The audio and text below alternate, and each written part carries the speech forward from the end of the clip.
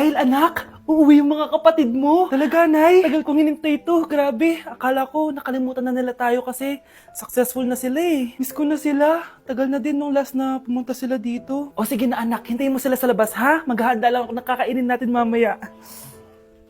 Uy, Kyle, balita ko, uuwi yung mga kapatid mo ah. Opo tita. Paano niyo po nalaman? Basta! Siguro proud yung nanay mo kasi successful yung mga anak niya, no? Oo naman, tita. Nagbunga lahat ng paghihirap ni nanay sa kanila. Deserve nyo yan. Malapit nyo nang malaman ng totoo, walang sikretong hindi nabubunyag. Pasok na po ako, tita. Sige.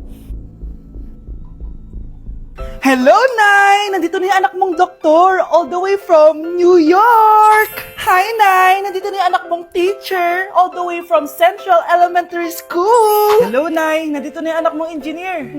Naiyak naman ako. Nakumpleto din kayo magkakapatid. Sana nakikita to ng tatay niyo. Masaya ako na nandito kayo, ate, kuya. Sana maging successful din ako na kagaya niyo. O siya na, kumain na kayo ha. Galing pa kayo sa malalayo eh. Wow naman, Mare. Bigatin na yung mga anak mo. Saya-saya. Oo naman, Mare. Ilang taon din akong kumayod para mapagtapos lang sila.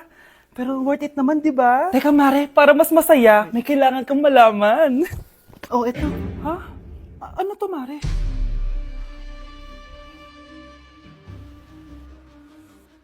Nay, bakit po? Mga sinungaling kayo?